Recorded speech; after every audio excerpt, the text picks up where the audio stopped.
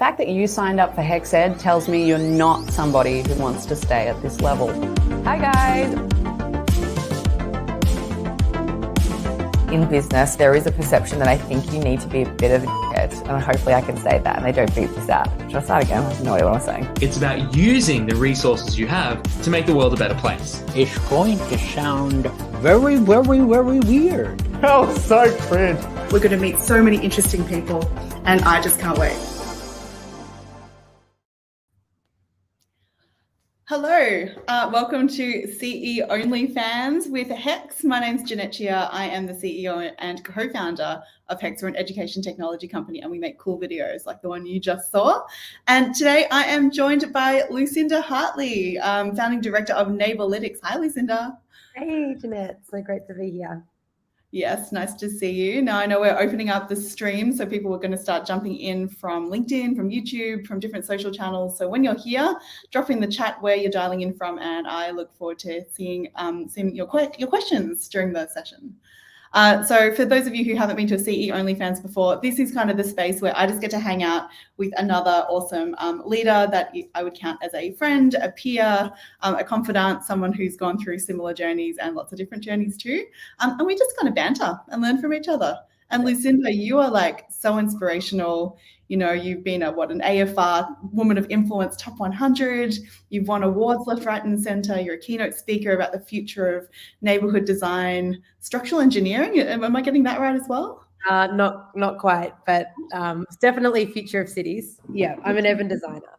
Yeah, urban design. And do you want to give us the tweet version of what Neighbourlytics is all about? Yeah, so Neighbourlytics is a data analytics platform for the property sector that solves the human data gap. So one of the big problems with the way that we create cities is that the only data that gets used is about the physical environment, like building heights or road widths. But actually what makes a neighbourhood great to live in isn't how tall the buildings are. It's about the restaurant, the place where you meet your friends, and that social life.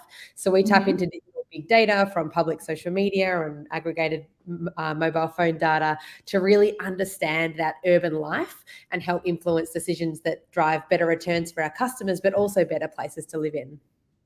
Gosh, and I mean, I think after the last few years, having a great neighbourhood, especially one within your local walking distance, has become even more and more important. And you're absolutely right. I mean, there's no point having stunning buildings if no one goes there, or if there's no functional space, there's no green space. So and some of the things that inspire me about Neighbourlytics as well is that you really have that combination of the economic thinking and then also the very human thinking. And I think that that's like one of the the blends that I've really admired in what you guys do. Now, would you like to tell me a little bit about the structure? Because you're a founding director, but you have a co-founder. Do you want to tell us a little bit about, from a CEO perspective, like how does that work at Neighbourlytics? It's a really interesting question. Jessica Christensen-Franks, my co-founder, and I share the leadership of the company. At various times, we've interchanged with a single CEO role for family leave or various times, personal leave. So we have shared it, but we've also done it together, and our objective is to do it together. And increasingly, we're seeing models of shared leadership emerge. You're seeing co-CEOs more and more frequently. And I think we're trying to really dispel the myth that historically people have said that, great companies need to have one decision maker at the top because, there's a single line of accountability. But you could also look at that as a single point of failure, that it would be easy for a company to go awry with only a single point of contact at the top. And so particularly with innovative companies where you're really trying to create a lot of change, you need to have a diversity of thinking where you're at the same time looking outwards and ahead and understanding what the market and the future needs, but also looking internally and looking at how we're building the machinery of the organization and the company. Now, that can be one person, that's true, but Jessica and I divide our kind of external, internal roles to balance that together. And are really interested in exploring models of collective leadership, because if you look at sort of societies throughout history, they've mostly been organised around, elders circles or collective leadership models rather than having one single person. That's actually quite new. So there's lots of inspiration to draw on there, and it's a model that we explore. We still have a lot of structure and a lot of accountability, but it's an interesting model too. I love that. And I think it's interesting. You know, we often talk about when we plan for the future, you have to understand the past and you have to understand where you've come from. So whether that's the future of cities or the future of technology or the future of work, understanding kind of how things have been structured in the past really can help us like figure out, you know, why did this change, or, you know, what trends are we following? How do you stay on top of those kinds of trends to make sure that Neighbourlytics is like ahead of the curve? Yeah, I subscribe to a ridiculous number of newsletters, and I'm also a junkie. I follow lots of pages. I try to stay across other news agencies which collate great research and insights about what's happening. So there'll be several times a week that I dive into that research. Also go to a huge number of conferences. We're really lucky to be a keynote speaker, so I get to go a lot and speak, but also I attend a lot as well. And I think sometimes the benefit of conferences is they're bringing together the latest thinking for the sector. And so that is always a very inspirational space to be in, to be thinking. So it's nothing particularly methodical, but I do spend quite a lot of time each week, you know, reading really dorky news articles about things like footpaths. I mean, I think it sounds like you're a curator, right? And I've kind of relate to that as well, because sometimes I wonder why my inbox is so stuffed, and then I just realize that you might grab a snippet from lots of different things. And some of my favorites are The Hustle, and I really like Future Crunch as well, which actually talks about all the good news that's happened that doesn't get covered. Do you have a couple of if anyone is an urban nerd out there, the kinds of things that I follow, you know, there's a podcast called 360 Cities. I follow the Urbanist blog. I follow The Economist, has a lot of really good news articles on cities and, you know, various articles like that. Yeah, I'm all nerding out on like the future of work and the psychology of learning and all that kind of stuff. It's good. And I think, you know, given we've got an audience of, you know, students and early stage professionals and other founders, like you're hearing from two of us that it is absolutely okay to go deep into your rabbit hole occasionally to stay on top of things. And I guess if we stay with cities for a while, because this is your thing, how are you seeing them evolve? Like, what are some of the cool things happening in cities right now that we can keep an eye out for? Yeah, it's really such an exciting time to be in this field of work, because cities are perhaps going through the greatest disruption that they have in 200 years. Wow. So, you know, the Industrial Revolution was a massive disruption where everyone essentially moved from rural areas into cities for work for the first time, and cities really expanded. But what COVID has accelerated, I'd say there was already trends around remote work and digitized workforces, but COVID's obviously accelerated that. And, you know, I'm at home today, you know, we've all had an experience now where we're working remotely more than ever, which is completely transforming what we need out of CBDs, but also out of neighborhoods. So if more people are living and working locally, the need for your services locally is different.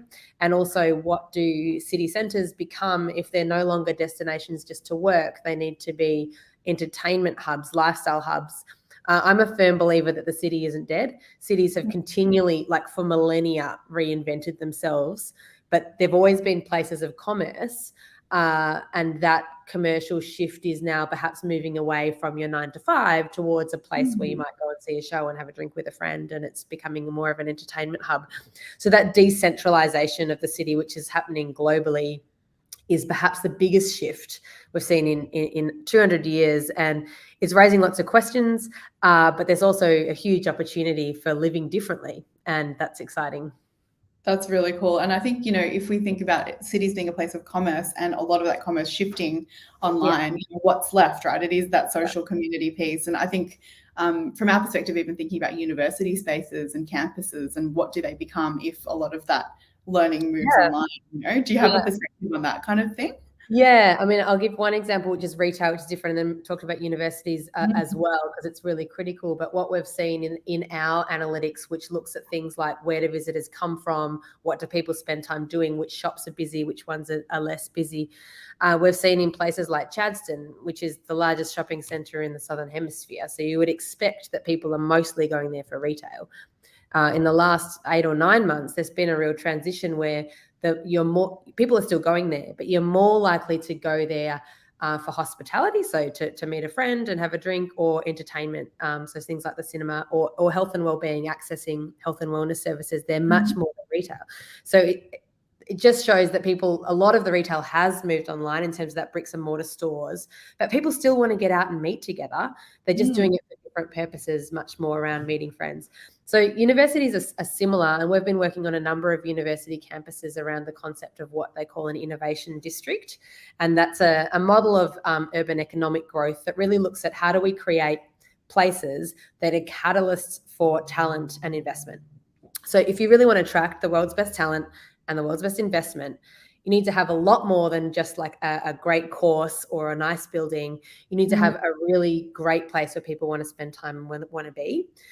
So it's all about integrating industry, retail, hospitality, public space, lifestyle into these university precincts, which are essentially, you know, mini villages in many ways, and creating really attractive, dynamic places where people want to be.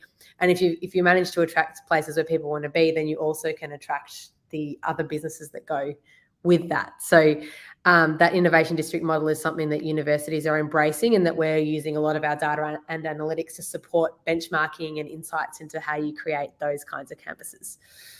That's so fascinating. I do wanted to say hi to everyone who's dialed in. So I see a couple of people saying hi on the chat. So hi, Ricole. Hi, James. And we do have a question actually from James around the data that you just started to talk about, which is actually how can you reconcile that sort of really quantitative data that you scrape from different sources and this really qualitative experiential human data? What's that blend look like? Yeah, it's a really good question. So when we think about what makes up our lifestyle, one of the most accurate predictors of your behavior is your location. So for example, if you ask me in a survey how often I go to the gym, I'm probably going to tell you what I want you to think about me or what my ideal expectation of myself is. But my cell phone location is going to be way more accurate in showing you how often I actually go than what I tell you. And so you can look at a population level, not an individual level, but like at a herd level. You can look at the places through mobile phones of where people are spending time, and people vote with their feet. So if we want to understand what's important to people, more popular cafes have a higher digital footprint. More popular shopping centres have a higher digital footprint. Roads that are busy, etc., have more traffic going down them. So I mean, obviously more traffic, but you can measure it through the phone. So we can look at that activity data as one of the indicators. We can also look at things like topic analysis from social media, because while there's lots of bias in any data set, and particularly in social media, because people want to show like their best life, if we look at the topics that people post about across multiple platforms, it gives us an interesting insight about what's important about a particular place. So when people go to a park, they're not likely to, you know, leave a comment that says, I like this park, I hate this park. What they are likely to do is take a photo of themselves and their friends like having a good time or a bad time. And so you can look at those behaviors of what are people doing through things like photos and comments and topic analysis.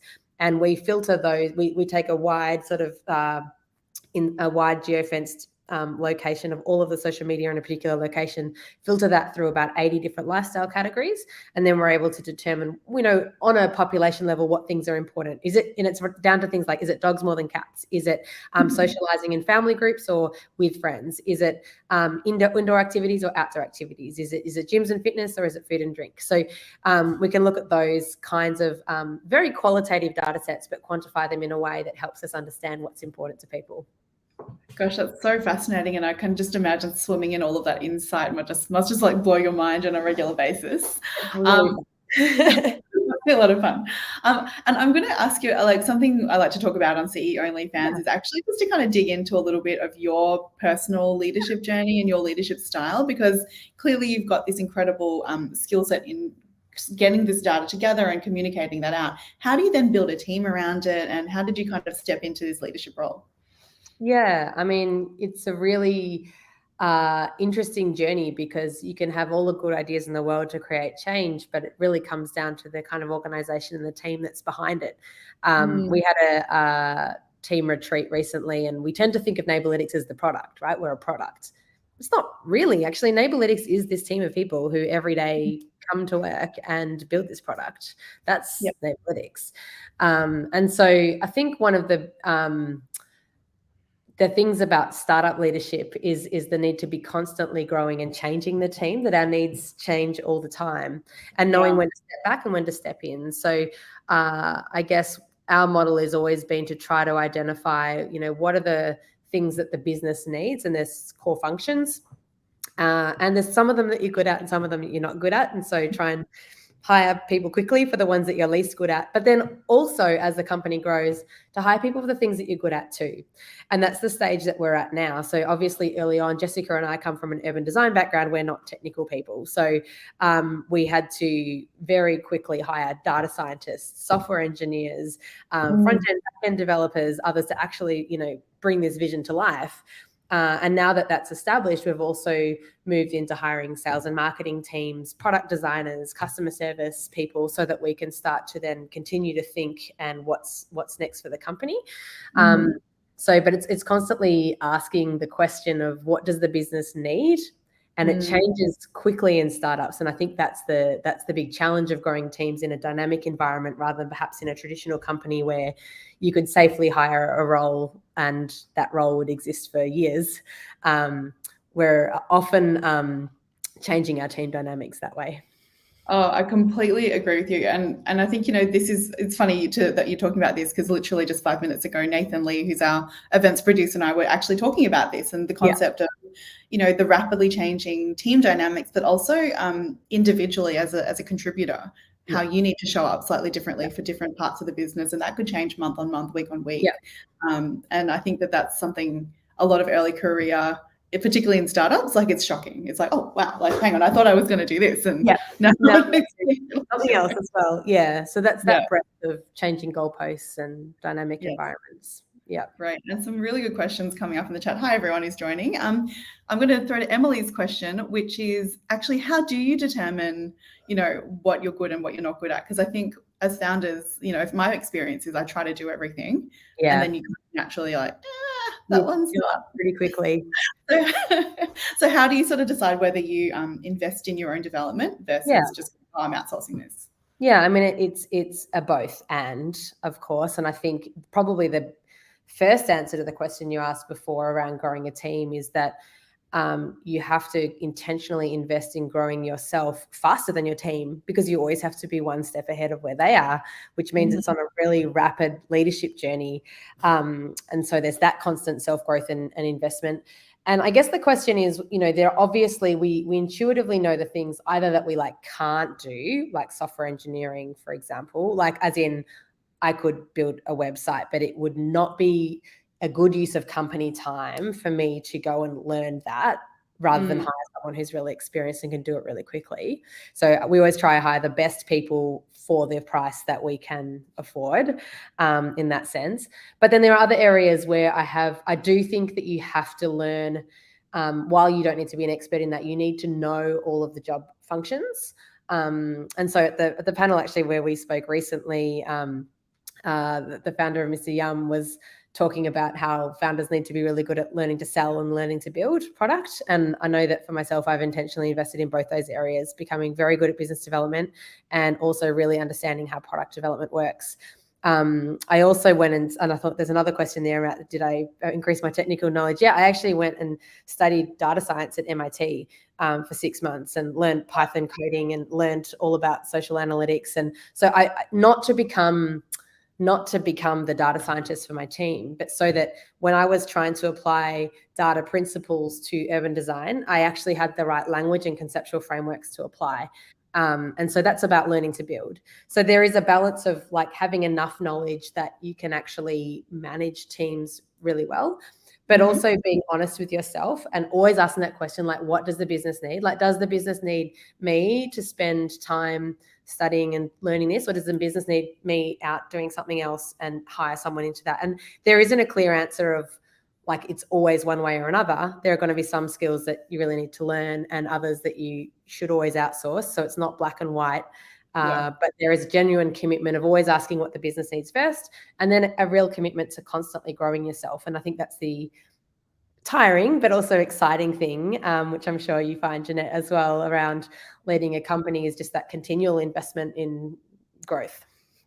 Absolutely. And we we definitely see that as well. You know, for me personally, I often think you just need to know enough to have a conversation that's meaningful, and you need to know enough that someone can't pull the wool over your eyes, because you need to be able to, as a CEO, hold your team accountable. So if you don't understand enough about their job, you can't hold them accountable to, like, if they give you excuses, or if, like, and not the, you know, my team would never do that because they're amazing. I'm sure a few of you are dialed in right now, but, like, you know, I think it's just a level of confidence in your leadership to say that I know enough, even if I don't know how to do your job.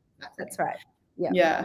And thanks, Sean, for that question as well about the, you know, the non-technical leadership. It's definitely one of those things that pops up a lot. And for me personally, I came from my last job before becoming a founder was at ANZ Innovation. So I was kind of in a product development cycle, like working with devs and UXs and stuff. But honestly, without that knowledge, you know, I would have had to learn that pretty quick. So yeah, good on you for, like, getting out there and picking it up. Okay, so I'm going to ask you now about the fact that, you know, congratulations on closing your 1.3 mil series, pre-series A, which brings you to a 3.5 mil total raise so far. How big is the team now, and, like, what's the plan? Like, how do you decide how to deploy that kind of capital? Like, you know, what kind of strategic thinking goes into that? Yeah, so our recent raise was really to strategically prioritize some gaps in the skill sets in our business. So that was in product design and in sales and marketing. So we actually didn't have those roles before. We only had subject matter expert roles like myself and Jessica, and technical roles like design and like engineering and analytics. And we knew that if we were going to successfully meet our milestone for a Series A, which is our next milestone, we needed to fulfill those roles, because we needed to launch a different product, and we also needed to take it to market with additional resources than we had in the team. So that the most recent round was, it's a pre-Series A in the sense that it's a smaller round with the view of accelerating our growth towards the next step.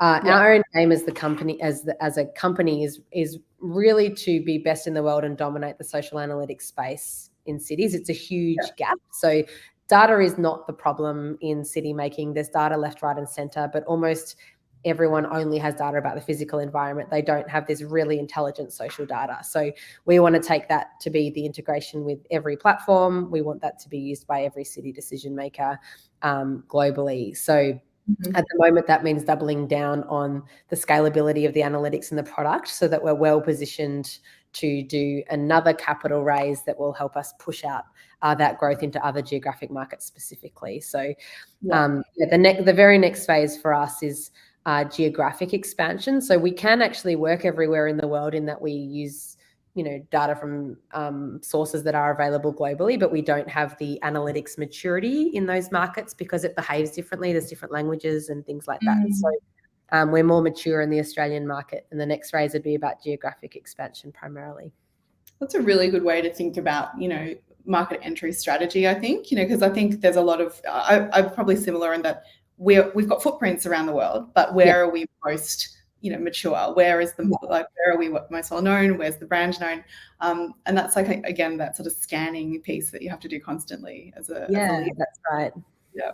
I'm going to ask you about your communication strategies, because as the team grows, you know, one of the things that's important for us to do is constantly communicate the vision, both internally, externally. Like, I feel like we're always passing on messages. How do you think about that and structure your comms so that they're most effective for the team? Like, do you have a process, or is it kind of just more like... We have touch points, definitely, where we reiterate that. So we set annual goals, which are less milestones, I guess, the annual goals, and then we do 90-day planning, and it's pretty difficult to do anything in between that, because it's, you know, in fast-moving companies, seeing anything with a level of detail is harder more than 3 months ahead. A mentor of mine once called it the destination and the headlights. So you need to know whether or not you're going to Sydney or New York, but then the actual thing to do is to turn on your headlights to know what the next step is. And actually everything else in between is likely to change. So you don't need to have a 9-point plan for how I get from here to Sydney. You just need to know we're going to Sydney and what's in the headlights. So for us, that's annual planning and 90-day planning. We set that. We then have a monthly all hands meeting, and in that meeting is where specifically we look at our 90-day goal progress and how we're progressing against annual goals. So while we do talk about them every day, that is the once a month where we actually double down and review. And then we also use a Scrum model. So we've moved our entire organization, not just the technology teams, onto Scrum. We run 3 weekly sprints, and those sprints each have a goal that the whole company works on.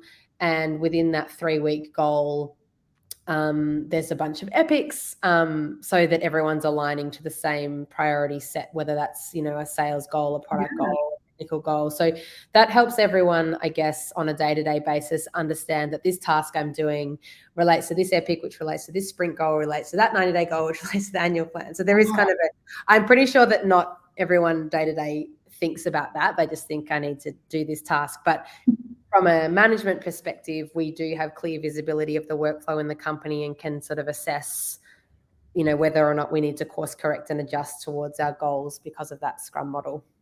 Thank you to the rest of my team for setting that up, not myself. In terms of what you're good at and what you're not, processes like that is something I'm good at following, not developing. Well, I mean, I got to say, that sounds like a very organized way of keeping comms and accountability, because, it's definitely something I've tried 15 different ways. And I don't want to give my team whiplash sometimes, but, you just kind of do your best, right? You do the best with the information you have and the feedback you get. And externally, it's a little bit more organic. I mean, we do monthly email. We have a monthly email that goes out to shareholders. We have a monthly insights newsletter that goes to followers and other social media. But the messages on the external communication are perhaps less company milestone focused and more about, product improvements and insights and things like that. Yeah, very cool. And is this the kind of job you thought you would be doing when you were, say, in high school or university? Oh, God. No way. It wouldn't have existed. Yeah. What did 18-year-old Lucinda think she was going to end up doing? Yeah, it's really interesting actually, because I thought I was going to be an architect, which is not that far from the tree really with what I'm doing now. But I actually didn't follow that pathway initially. I think I felt a little bit like at 18, I wasn't ready to commit. Like if you study architecture, you become an architect. Like that's a one profession kind of path. And at 18, I was interested in so many different things. I felt difficult to narrow that one choice. And so instead I studied science, and that didn't go well for me. Probably goes well for lots of people, but it not for you. Really good for me. No. So actually halfway through that, I pivoted. Can you use that? You can, yes. Change course, and then I studied urban design instead, which actually was very well suited because it's like architecture, but it's broad, it's city design, so it's broader scale and it's more strategic than sort of the building design that architects will get behind. So I didn't really know urban design even existed. So I had to sort of do science in order to learn that urban design existed, and then so it's all been useful and valuable. But it was a little bit of a meandering pathway. But I've always had a very, very atypical career path. So I worked as a formal urban designer, doing city planning for maybe 4 years. And then I dramatically quit that and went and worked for the United Nations because I had the opportunity to work on the Sustainable Development Goals for cities, which was obviously very exciting. And that got me interested in data and measurement and how you use things like goals and objectives to steer change and advocacy for city making. And then together with Jessica ran another company for a number of years, which was about solving the same problem of how do we make cities better for people, but in a consulting model. So, we would turn vacant lots into community centres and underutilized streets into kids' playgrounds. And we were out on the weekends with paint and chalk and doing really fun projects, and it was great, except that we realized that fixing cities one street at a time, while that is how you do it, was actually really slow, and we wanted to work out how we could steer the decisions so that you didn't have those problems in the first place. And so data and analytics was obviously part of that story of how you change decision making. So in some ways I've sort of always been a little bit of a black sheep of my own profession, sort of trying to solve problems perspective or from an analytics perspective or from a painting roads with temporary paint perspective, I mean, I just got an image of you and Jessica being like the Leslie Nopes of Melbourne and running around and just from Parks and Rec, be like, this park is a giant internet, we need to fix it. I love it so much. I love that whole show. Super cool. What you just described, that really interesting, like meandering, non-linear path. I mean, that's, what we do here at HEX, which is very much advocating for this broad understanding of the world around you and technology and opportunities before you have, I don't think we should be forced to commit to a career path at that age. So it's interesting to hear it kind of play out in your story as well. Yeah. Now, I do want to just ask the audience, if you have questions, drop them in, because I've got lots more, but, I want to make sure that yours get answered. And I do see one in there from Sean, I think harking back to your point around the sprints that you were talking about, and specifically around how does that actually work in a go-to-market sort of, in sales kind of rhythm? Does it actually, does it work? It's much harder to apply Scrum principles to the parts of the business that I typically work on, which are kind of like external facing and go to market rather than internal, because you've got so many more variables. Like, you can plan your work as well as you want, but then one phone call or meeting, whatever, and the whole priority shift has changed. But it does help us organize around goals. So we moved to 3-week sprints rather than typically 2-week sprints, because we found with the Scrum rituals themselves around the planning, it felt like we weren't getting enough space to actually do work. Because, you have with Scrum, you invest a lot in planning your work ahead, and then you need the time to actually do it and then come back together again. So 3-week sprints has actually worked really well for us. And with go-to-market, we plan out what we think are the best activities that are going to help meet the sprint goals. So we're launching a new product at the moment just to make that tangible. So in May, we have a new national suburb search tool going live, which means that's in the next sprint, which means that the goal for this sprint is basically getting everything ready, both from a product and a go-to-market perspective, to go live. So it's a fairly broad sprint goal, but that just helps us ruthlessly prioritize. If there's something like it's an awards application, it would be great. That would be great, but that doesn't actually help us get towards a sprint goal, as there might be another sprint where genuinely our goal is about increasing our brand visibility. And so, in that sprint, absolutely, it's the right thing to do to invest time in the awards application. So it does help us prioritize, but I would say that there is much more rescoping of the work in the go-to-market teams than there is in the technical teams, where it's easier to control the workflow. Yeah, because anything from that's outward facing, as you said, the minute your client has a different issue, or all that can all go out the window. So that's a really good question, Sean. Thanks for that as well. So what it does do is it enables, because we do a daily stand-up, it enables the entire team to be aligned on the same goal and for everyone to understand what everyone's working on at the same time. So that part does help keep us focused. Yeah, very cool. We have a digital stand-up on Slack where everyone just answers 3 questions at the same time every day. So it's kind of for the remote team with different time zones, that works really well for us. And so I'm going to ask you a little bit about your co-founder relationship, with Jessica. Yeah. She's awesome. I know her well and have known her for years. And I think the question I have for you is, for anyone who's looking to start businesses or work with a colleague, how do you maximize those co-founder relationships? What should you look for? Are there any pitfalls, any tips for us? It's so hard. I mean, I feel very lucky because actually I've worked with Jessica for many years. So when we started Neighbourlytics, we were already running another company together. So it was a known quantity. We know how we work. It wasn't hard. So I feel incredibly lucky like that. But I actually have been in co-founder relationships which have broken up before in previous ventures. So I know how that can be too.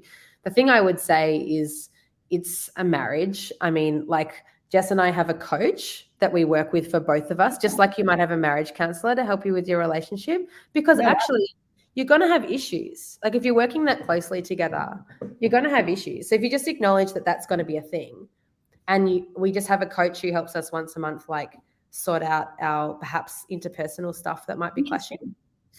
So, but generally speaking, we get on very well, like you would with your spouse, but you've got issues to work on. So that's sort of how we see it. But in terms of finding a new one, a new co-founder, my only advice there would be to move really slowly.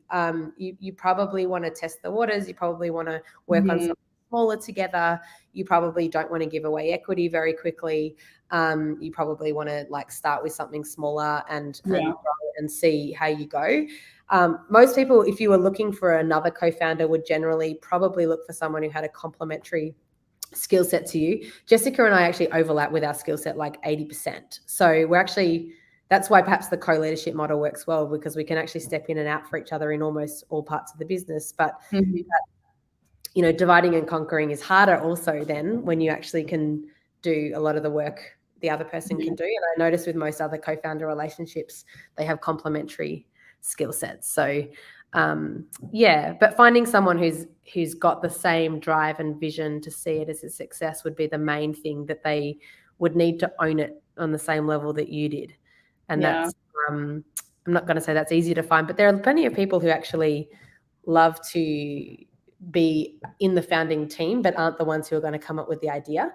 And so I often think about like the starters, like the true starters are like experts in the problem, not necessarily all of the solutions that you need. And so Jess and I think about that, like we're not the technical experts from a data perspective, but we are the technical experts in the problem that we're trying to solve. That's it's a really good way to think about it. Look, when we coach new founders, it's very much fall in love with the problem. And even with Jack, Chris and I, one of the things we do to reconnect is sit down and be like, okay, what are we mad about today? Like what's happening in the world in our sector that we're just mad about, and just like almost get aligned on the problems that we're seeing and the issues and the things that we wish we could like wave a magic wand and solve. And even though it's kind of funny, and we like to joke that, you know, if you're driven by vengeance, then you'll like have more fire in your belly. But I think it actually just helps you go, well, what are you not for? Because then it shows you are actually for. Sure. Awesome. And I guess, you know, we're kind of like, it's been a really good chat. It's like coming to probably the end of some people's lunch break. So I do want to just ask you, if you were going to give 18-year-old, 22-year-old Lucinda career advice, what might you have said to her? You know, I feel like I'm a serial starter. Like I like not so much a finisher, but serial starter. But I didn't really start until I was maybe late 20s. And I think I didn't feel like I had permission to, for myself, not from anyone else in particular. And so the best advice I've always had is like, just start, because you can't steer a parked car. If you've sort of got this great idea, but it's parked, like you're not going to learn. As when you start driving, I use lots of car analogies today, but if you start driving, you know, you might choose to go left, go right, you might course correct, you might change, you're going to learn something. But once you're moving, it's actually much easier to learn and change and grow and adapt and work out what it really is than if you try and think about it all before you start. So my advice would be just get going. Just get going. It's such a true and common, I think, you know, thing we hear from a lot of young people is, well, when I just do this one more thing, I'll be ready to start, or I'll be ready to start my business or change jobs. And actually, for me personally, I've realized I'm usually ready 6 months before I thought I was ready. Like if I look back on my career pathway, I'm like, oh, I could have started that 6 months or a year earlier. So really, really good advice. And this has been a really wonderful conversation. In terms of I know that you have some personal stuff in terms of like you do extreme running, like extreme marathons and stuff. Do you have any of those big things coming up? You obviously like to challenge people. I'm doing a trail marathon in June, which I need to start training for very quickly. Try and do sort of distance trail running or marathon running once or twice a year to just have a personal goal to focus towards. Very goal driven, I think, is a commonality with all these leaders. And one more question from Emily just before we close off for the afternoon is, how do you figure out where your destination is? You know, you've got your headlights on, you've kind of got the GPS plugged in, the car ignition has started.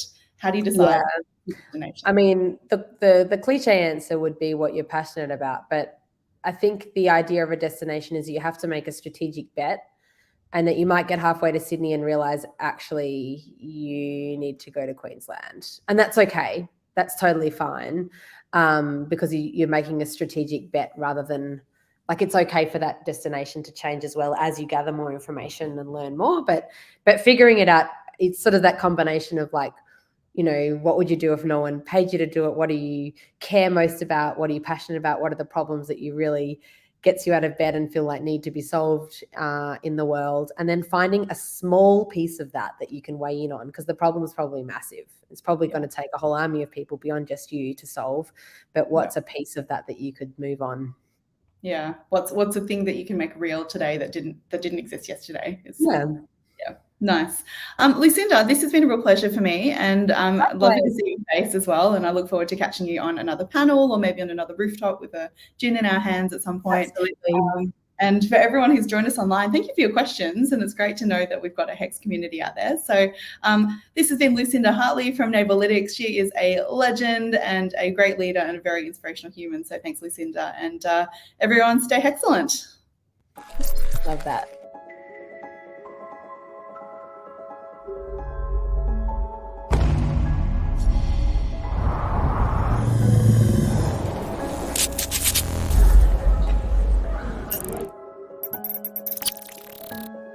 What excites me about the future is that there's a lot of technologies that currently only a small percentage of the world can access. I think we're only at the beginning of a revolution in computing power. The future can be what you want to make it if you can get access to the information. People now starting to learn orbital mechanics in their bedrooms late at night for fun. I'm really excited to see what happens when the entire population can start to access these technologies. The idea of communities and being able to exist in those communities, work in those communities, and interact with people in those communities. For me, the future is all about being more accessible to people with all different backgrounds. It excites me to welcome a fresh mindset and new perspective. The real trick now is going to be making sure that everyone gets equal access to those informations and those opportunities.